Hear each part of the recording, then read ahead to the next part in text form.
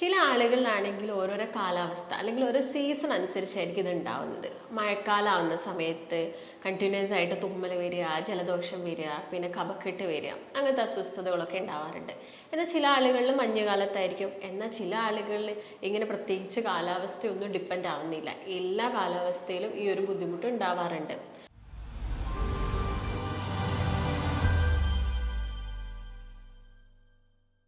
നമസ്കാരം, ഞാൻ ഡോക്ടർ ഭാഗ്യ, Q&B health കെയറിലെ Ayurveda ഫിസിഷ്യനാണ്. ഇന്ന് ഒരുപാട് ആളുകളിൽ ബുദ്ധിമുട്ടുണ്ടാക്കുന്ന ഒരു അസുഖം തന്നെയാണ് ഈ അലർജി, അല്ലേ? ചില ആളുകളിലാണെങ്കിൽ ഓരോരോ കാലാവസ്ഥ അല്ലെങ്കിൽ ഓരോ സീസൺ അനുസരിച്ചായിരിക്കും ഇത് ഉണ്ടാവുന്നത്. മഴക്കാലം ആവുന്ന സമയത്ത് കണ്ടിന്യൂസ് ആയിട്ട് തുമ്മൽ വരിക, ജലദോഷം വരിക, പിന്നെ കഫക്കെട്ട് വരിക, അങ്ങനത്തെ അസ്വസ്ഥതകളൊക്കെ ഉണ്ടാവാറുണ്ട്. എന്നാൽ ചില ആളുകളിൽ മഞ്ഞുകാലത്തായിരിക്കും. എന്നാൽ ചില ആളുകളിൽ ഇങ്ങനെ പ്രത്യേകിച്ച് കാലാവസ്ഥയൊന്നും ഡിപ്പെൻഡ് ആവുന്നില്ല. എല്ലാ കാലാവസ്ഥയിലും ഈ ഒരു ബുദ്ധിമുട്ട് ഉണ്ടാവാറുണ്ട്. നോർമലി നമ്മുടെ ശരീരത്തിൽ ഒരു ബാക്ടീരിയ അല്ലെങ്കിൽ ഒരു വൈറസ് കയറുന്ന സമയത്ത് നമ്മുടെ ബോഡി അതിനെതിരെ എന്തായാലും നമ്മുടെ ഇമ്മ്യൂൺ സിസ്റ്റം അതിനെതിരെ എന്തായാലും പ്രവർത്തിക്കും, അല്ലേ? അതുപോലെ തന്നെ നമ്മുടെ ശരീരത്തിലോട്ട് പൊടിയോ പൂമ്പൊടിയോ അങ്ങനെ എന്തെങ്കിലും കയറുന്ന സമയത്ത് നമ്മുടെ ബോഡി, അതായത് നമ്മുടെ ഇമ്മ്യൂൺ സിസ്റ്റം അതിനെതിരായിട്ട് റിയാക്ട് ചെയ്യുന്നത്, അതായത് ഇമ്മ്യൂൺ സിസ്റ്റം ഓവറായിട്ട് റിയാക്ട് ചെയ്യുന്ന ഒരു കണ്ടീഷനാണ് അലർജി ആയിട്ട് മാറുന്നത്.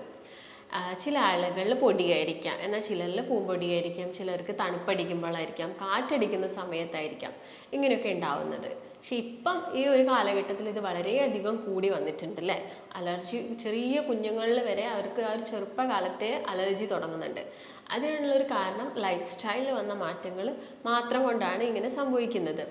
അപ്പം നമുക്ക് നോക്കാം. ഇങ്ങനെ വരുന്ന ആളുകളിൽ കൂടുതലായിട്ടും ഭയങ്കര ഇറിറ്റേഷനാണ്.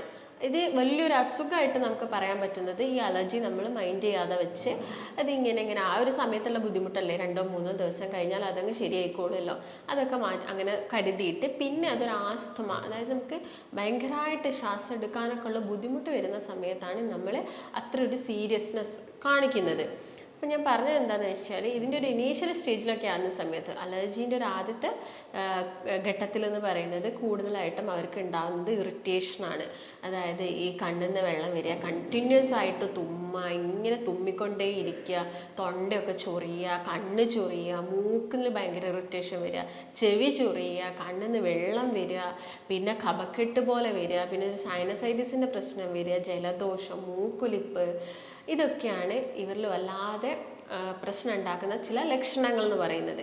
ഇതൊരു അപ്പർ എയർവേ, അതായത് നമ്മൾ മുകളിലോട്ട് ശ്വാസകോശത്തിന് മുകളിലോട്ട് വരുന്ന ഭാഗത്തിൽ വരുന്ന ലക്ഷണങ്ങളായിട്ടാണ് ഇതൊക്കെ കാണിക്കുന്നത്. എന്നാൽ ഒരു ശ്വാസകോശത്തിന് ഇത് കംപ്ലീറ്റ് ആയിട്ട് എഫക്റ്റ് ചെയ്യുന്ന സമയത്താണ് ആ ശ്വാസം മുട്ടും കിതപ്പും അല്ലെങ്കിൽ ആ ഒരു വലിവും കാര്യങ്ങളൊക്കെ കാണുന്നത്. കുട്ടികളിലാണെങ്കിലും പ്രായമായ ആളുകളിലൊക്കെ ആണെങ്കിലും നമ്മളിത് കാണാറുണ്ട്. കൂടുതലായിട്ടും രാത്രി സമയങ്ങളിൽ അഗ്രവേറ്റ് ചെയ്യുക, അതായത് രാത്രി സമയത്ത് കൂടുതലാവുന്നത് ശ്രദ്ധിക്കാറുണ്ട്. അപ്പോൾ കാരണങ്ങൾ നോക്കുകയാണെങ്കിൽ മെയിനായിട്ട് നമ്മളൊരു ഇനീഷ്യലി എന്ന് പറയുന്നത് ചില വസ്തുക്കളോട്, അതായത് പൊടി അല്ലെങ്കിൽ ഈ പോളൻ അല്ലെങ്കിൽ പൂമ്പൊടി എന്ന് പറയും, അല്ലെങ്കിൽ എന്തെങ്കിലും സ്മെല്ലൊക്കെ പ്രശ്നമാവാറുണ്ട്. ഈ നമ്മുടെ പെർഫ്യൂമിൻ്റെ സ്മെല്ല് പ്രശ്നമാവാറുണ്ട്, അല്ലെങ്കിൽ മീൻ പൊരിക്കുന്ന സമയത്ത് ഉണ്ടാവുന്ന ആ വറവിൻ്റെ സ്മെല്ലൊക്കെ ചില ആളുകൾ പ്രശ്നം ഉണ്ടാക്കാറുണ്ട്. ചില ആളുകളിൽ പാരമ്പര്യമായിട്ട് കണ്ടുവരാറുണ്ട്. വീട്ടിൽ ആർക്കെങ്കിലും ഉണ്ടാവും, ചിലപ്പം അച്ഛനൊന്നും ഉണ്ടായിന്ന് വരില്ല, ചിലപ്പം അവരുടെ മുൻപുള്ള ആ ഒരു ജനറേഷനിൽ ഇങ്ങനൊരു അലർജി ഉണ്ടെങ്കിൽ അത് കൊച്ചുമക്കൾക്കും വരാനുള്ളൊരു ചാൻസ് ഉണ്ട്. പിന്നെ ഒന്ന് പറയുന്നത് ഇമ്മ്യൂൺ ശക്തി, നമ്മുടെ പ്രതിരോധ ശക്തി കുറയുന്ന സമയത്ത് ഒരു പ്രോപ്പറായിട്ടുള്ള പ്രതിരോധം ആ ബോഡിക്ക് ഇല്ലെങ്കിലും ഇങ്ങനെ ഇടയ്ക്കിടയ്ക്ക് അലർജി വരാനുള്ളൊരു ചാൻസ് ഉണ്ട്. മറ്റൊരു കാരണം നോക്കുകയാണെങ്കിൽ വെയിറ്റാണ്, അമിതമായിട്ടുള്ള വെയിറ്റ്. നിങ്ങൾ നന്നായിട്ട് തടിയുള്ള ആളുകളാണെങ്കിൽ നിങ്ങൾക്ക് ഈ അലർജി ഇടയ്ക്കിടയ്ക്ക് വരാം. അതുപോലെ തന്നെ പിന്നീട് ശ്വാസം മുട്ടൊക്കെ വരാനുള്ള ചാൻസ് കൂടുതലാണ്. അതായത് വെയിറ്റ് ഉള്ള ആളുകളിലെ ഫാറ്റ് സെൽസ് നമ്മുടെ ശ്വാസകോശത്തിൽ ഇൻഫ്ലമേഷൻസ് പെട്ടെന്ന് ഉണ്ടാക്കും, അതൊരു കാരണമാണ്. എന്നാൽ ചില ആളുകളിൽ അലർജി ഉണ്ടാവാനുള്ള ഒരു കാരണം എന്ന് പറയുന്നത് അവർ കൂടുതലായിട്ട് മസാല കൂടുതലായിട്ട് അടങ്ങിയിട്ടുള്ള ഭക്ഷണങ്ങൾ കഴിക്കുന്ന സമയത്ത് അലർജി ഉണ്ടാക്കാറുണ്ട്. ഇതൊക്കെ ശ്വാസകോശത്തിൽ ഇൻഫ്ലമേഷൻസ് ആണ് ഉണ്ടാക്കുന്നത്. അതുപോലെ മധുരം, ഓവറായിട്ട് മധുരം കഴിക്കുന്ന സമയത്ത് നമ്മൾ ചിലപ്പോൾ നമുക്കറിയാം, അല്ലെങ്കിൽ തണുത്ത എന്തെങ്കിലും ഭക്ഷണം, ഐസ്ക്രീം പോലെയുള്ള ഭക്ഷണമൊക്കെ കഴിക്കുന്ന സമയത്ത് നമുക്ക് ആ ഒരു ഇറിറ്റേഷനും തുമ്മലും ജലദോഷമൊക്കെ സ്റ്റാർട്ട് ചെയ്തിട്ട് പിന്നെ ശ്വാസം മുട്ട് പോലെയൊക്കെ കണ്ടുവരാറുണ്ട്. നേരത്തെ ഞാൻ പറഞ്ഞു മധുരമാണ് ആളുകൾ ഈ ഫ്രക്ടോസ് ഒക്കെ അടങ്ങിയിട്ടുള്ള ഭക്ഷണമാണ് കഴിക്കുന്നതെങ്കിൽ അത് നമ്മുടെ ശ്വാസകോശത്തിൽ എന്തുണ്ടാക്കും, നീർക്കെട്ടുകളും കാര്യങ്ങളൊക്കെ ഉണ്ടാക്കും. അതുപോലെ ഓവറായിട്ട് ഉപ്പുള്ള ഭക്ഷണം, നോർമലി നമ്മൾ ഭക്ഷണത്തിലൊക്കെ ഉപ്പ് ആഡ് ചെയ്യാറുണ്ട്, അതൊന്നും ഒരു പ്രശ്നം ഉണ്ടാക്കുന്നില്ല.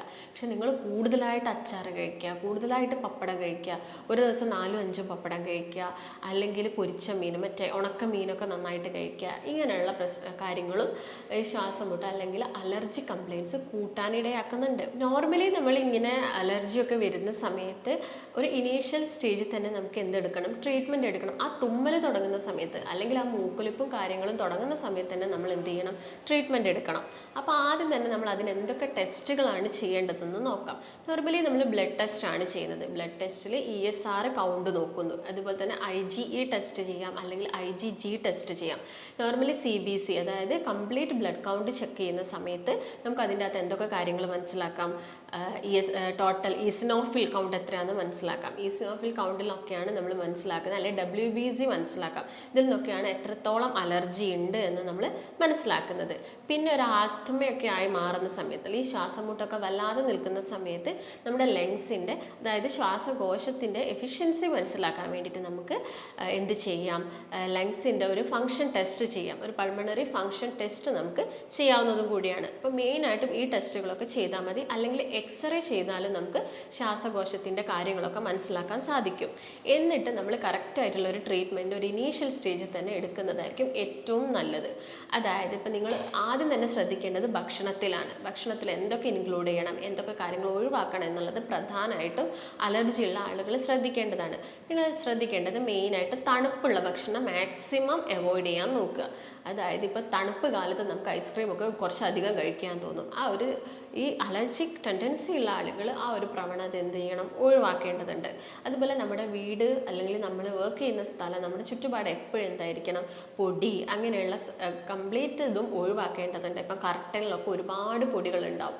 അതുപോലെ സ്റ്റാൻഡുകൾ, ഇങ്ങനെയുള്ള ചിലപ്പോൾ നമ്മുടെ ബെഡ്ഷീറ്റ്, ഇത് തലയണയുടെ കവറ്, ഇതിലൊക്കെ ഒരുപാട് പൊടികളുണ്ട്. അപ്പോൾ ഇടയ്ക്കിടയ്ക്ക് അതൊക്കെ ക്ലീൻ ചെയ്യാൻ നമ്മൾ ശ്രദ്ധിക്കേണ്ടതുണ്ട്. അതുപോലെ ഫ്രിഡ്ജിൽ വെച്ച ആഹാരം മാക്സിമം കുറച്ചുകൊണ്ട് വരിക, അല്ലെങ്കിൽ അത് 1-2 മണിക്കൂർ മുമ്പേ പുറത്തെടുത്ത് വെച്ചതിന് ശേഷം, തണുപ്പൊക്കെ പോയതിന് ശേഷം മാത്രം കഴിക്കാൻ നോക്കുക. അതാണ് മെയിനായിട്ടും ശ്രദ്ധിക്കേണ്ടത്. അതോടൊപ്പം തന്നെ നിങ്ങൾ ഭക്ഷണത്തിൽ ഇൻക്ലൂഡ് ചെയ്യേണ്ടത് എന്തൊക്കെയാണെന്ന് വെച്ചാൽ, മെയിനായിട്ട് ക്വെർസെറ്റ് എന്ന് പറഞ്ഞൊരു ഫ്ലേവനോയിഡ് ഉണ്ട്. നമ്മുടെ ഫ്രൂട്ട്സിനും അതുപോലെ തന്നെ പഴങ്ങൾക്കൊക്കെ നിറം നൽകുന്ന ഒരു പിഗ്മെൻ്റ് ആണ്. അതായത് വെയിൽ നേരിട്ട് കൊള്ളുന്ന ചില പച്ചക്കറികളും പഴങ്ങളിലൊക്കെ ഇത് ഒരുപാട് അടങ്ങിയിട്ടുണ്ട്. ഇത് മാക്സിമം നമ്മുടെ ഭക്ഷണത്തിൽ ഇൻക്ലൂഡ് ചെയ്യാൻ നോക്കുക. അങ്ങനെയാണെങ്കിൽ നമുക്ക് ഈ ഇൻഫ്ലമേഷൻസും കാര്യങ്ങളൊക്കെ കുറച്ചെടുക്കാൻ പറ്റും.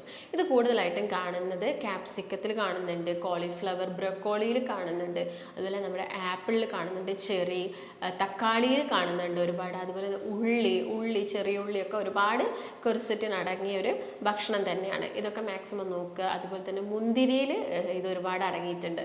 ഇതൊക്കെ ഭക്ഷണത്തിൽ ഇൻക്ലൂഡ് ചെയ്യാൻ നോക്കേണ്ടതുണ്ട്. ഇതോടൊപ്പം തന്നെ നിങ്ങൾ ഇങ്ങനെ അലർജിയൊക്കെ വരുന്ന ആളുകൾക്ക് ജിഞ്ചർ ടീ ഒക്കെ എടുക്കുന്നത് നല്ലതായിരിക്കും. അവർക്ക് ആസിഡിറ്റിയുടെ ബുദ്ധിമുട്ടൊന്നും ഇല്ലെങ്കിൽ അവർക്ക് രാവിലെ തന്നെ ഒരു ജിഞ്ചർ ടീ ഒക്കെ വെറും വയറ്റിൽ കഴിക്കാവുന്നത് നല്ലതാണ്. ഇപ്പോൾ ഫ്രൂട്ട്സ് നേരത്തെ ഞാൻ പറഞ്ഞ പോലെ തന്നെ പപ്പായൊക്കെ ഇൻക്ലൂഡ് ചെയ്യാൻ നോക്കുക. അതോടൊപ്പം തന്നെ വൈറ്റമിൻ C ആണെങ്കിലും D ആണെങ്കിലും E ആണെങ്കിലും നമ്മൾ ഭക്ഷണത്തിൽ മാക്സിമം ഇൻക്ലൂഡ് ചെയ്യാൻ നോക്കണം. അതൊക്കെ ശ്വാസകോശത്തിൽ വരുന്ന ഇൻഫ്ലമേഷൻസും നീർക്കെട്ടൊക്കെ കുറയ്ക്കാൻ സഹായിക്കും. അതുകൊണ്ട് തന്നെ നിങ്ങൾ വൈറ്റമിൻ C അടങ്ങിയെന്ന് പറയുന്ന സമയത്ത് കൂടുതലായിട്ടും ഓറഞ്ചും അതുപോലെ തന്നെ മുസമ്പിയൊക്കെ എടുക്കണം. അത് ഓവറായിട്ട് എടുക്കുന്നത് ചില ആളുകൾക്ക് അലർജി വീണ്ടും ഉണ്ടാക്കും. അതുകൊണ്ട് തന്നെ വൈറ്റമിൻ C കൂടുതലായിട്ട് അടങ്ങിയിട്ടുള്ളത് പേരക്കയിലൊക്കെ ഒരുപാട് അടങ്ങിയിട്ടുണ്ട്. അത് കഴിക്കുക, കിവി കഴിക്കുക. ഇതൊക്കെയാണ് നിങ്ങൾ ഭക്ഷണത്തിൽ ഇൻക്ലൂഡ് ചെയ്യേണ്ട വൈറ്റമിൻ C ഫ്രൂട്ട്സ് എന്ന് പറയുന്നത്. അതുപോലെ തന്നെ വൈറ്റമിൻ E നമ്മുടെ കോശങ്ങളുടെ ആരോഗ്യമൊക്കെ മെച്ചപ്പെടുത്തും, സൈറ്റോകൈൻസിൻ്റെ പ്രൊഡക്ഷൻ കുറയ്ക്കും, അതുവഴി ഇൻഫ്ലമേഷൻസും കാര്യങ്ങളൊക്കെ കുറയ്ക്കാൻ സഹായിക്കും. ഇത് ഒരുപാട് അടങ്ങിയിട്ടുള്ളത് അവാക്കാഡോയിൽ, നമ്മളെ ബട്ടർ ഫ്രൂട്ടിൽ ഒരുപാട് അടങ്ങിയിട്ടുണ്ട്. നിലക്കടലയിൽ, അതായത് ബദാം നമുക്ക് കൂടുതലായിട്ട് കഴിക്കണം അല്ലെങ്കിൽ വാങ്ങണമെന്നും പറ്റണമെന്നൊന്നുമില്ല. അതുകൊണ്ട് നിങ്ങൾക്കത് അതിന് പകരമായിട്ട് എന്ത് ഉപയോഗിക്കാം, നിലക്കടല ഉപയോഗിക്കാം. അതുപോലെ തന്നെ ഒലീവ് ഓയിൽ, ഭക്ഷണത്തിൽ ഒലീവ് ഓയിൽ ആഡ് ചെയ്യാൻ നോക്കുക. അല്ലെങ്കിൽ നമ്മുടെ വെർജിൻ കോക്കനട്ട് ഓയിലാണെങ്കിലും തോരനൊക്കെ ഉണ്ടാക്കിയതിന് ശേഷം കുറച്ചൊക്കെ അതിൻ്റെ ടോപ്പിങ്സിലൊക്കെ ഉപയോഗിക്കുന്നത് നല്ലതാണ്. അപ്പോൾ വൈറ്റമിൻ D അടങ്ങിയിട്ടുള്ളത് നമുക്ക് നോർമലി അറിയാം. ഒരു 10 മണിക്ക് ശേഷം അല്ലെങ്കിൽ 4 മണിക്ക് മുൻപുള്ളൊരു ചെറിയ ഇളം വെയിലൊക്കെ ഒരു വീക്കിലി 3 ടൈംസ് ഒക്കെ ഉൾക്കൊള്ളാൻ മാക്സിമം നോക്കുക. അതുപോലെ തന്നെ ചില ആളുകൾക്ക് പാലൊക്കെ അലർജി ആയിരിക്കും, അല്ലെങ്കിൽ ഷെൽ ഫിഷൊക്കെ അലർജി ആയിരിക്കും. അപ്പോൾ അതൊക്കെ മാക്സിമം ഒഴിവാക്കിയിട്ട് ചിലപ്പം എഗ് വൈറ്റൊക്കെ വലിയ പ്രശ്നം ഉണ്ടാക്കുന്നില്ല, അതൊക്കെ വൈറ്റമിൻ ഡി ഉള്ളതാണ്, അതൊക്കെ മാക്സിമം എന്ത് ചെയ്യുക, ഇൻക്ലൂഡ് ചെയ്യാൻ നോക്കുക. ഇതോടൊപ്പം തന്നെ എപ്പോഴും ചൂടോട് കൂടിയ ഭക്ഷണം കഴിക്കാൻ നോക്കുക. ഈ ഞാൻ നേരത്തെ പറഞ്ഞല്ലോ, തണുത്ത ഭക്ഷണം ഒഴിവാക്കണം, അതായത് ചൂടോട് കൂടിയ ഭക്ഷണം ഒഴിവാക്കാൻ നോക്കുക. ഇപ്പോൾ നോർമലി നമ്മൾ ഉച്ചയ്ക്കൊക്കെ കഴിക്കുന്ന ചോറാണെങ്കിൽ ഒരു ചെറു ചൂടോട് കൂടി തന്നെ കഴിക്കാൻ മാക്സിമം ശ്രദ്ധിക്കുക. അതുപോലെ തന്നെ ഡെയിലി നിങ്ങൾ ഒരു ടീസ്പൂൺ എന്ത് കഴിക്കുന്നത്, തേനൊക്കെ കഴിക്കുന്നത്, അല്ലെങ്കിൽ ഒരു 1/2 ടീസ്പൂൺ തേൻ ഡെയിലി കഴിക്കുന്നതൊക്കെ നമ്മുടെ ഇമ്മ്യൂൺ പവർ കുറച്ചും കൂടി ഒന്ന് സ്ട്രോങ് ആക്കാൻ സഹായിക്കും. അതുപോലെ omega-3 ഫാറ്റി ആസിഡ്സ്, അതായത് ചെറു മത്സ്യങ്ങൾ, മത്തി, അയലയിലൊക്കെ ഒരുപാട് അടങ്ങിയിട്ടുണ്ട്, അതും മാക്സിമം ഡെയിലി ഇൻക്ലൂഡ് ചെയ്യാൻ നോക്കുക. അപ്പോൾ ഇതൊക്കെയാണ് മെയിനായിട്ടും അലർജി ഉള്ള ആളുകൾ ശ്രദ്ധിക്കേണ്ട ഒരു ഡയറ്റ് എന്ന് പറയുന്നത്. അപ്പോൾ നിങ്ങൾക്ക് എന്തെങ്കിലും സംശയങ്ങളോ കാര്യങ്ങളോ ഒക്കെ ഉണ്ടെങ്കിൽ താഴെ കാണുന്ന നമ്പറുമായിട്ട് ബന്ധപ്പെടുക. ആയുർവേദത്തിൽ ഇതിന് പ്രോപ്പറായിട്ടുള്ള മെഡിക്കേഷൻസും കാര്യങ്ങളൊക്കെ അവൈലബിൾ ആണ്. നമുക്ക് മറ്റൊരു നല്ല ഹെൽത്ത് ടോപ്പിക്കുമായിട്ട് വീണ്ടും കാണാം. നന്ദി.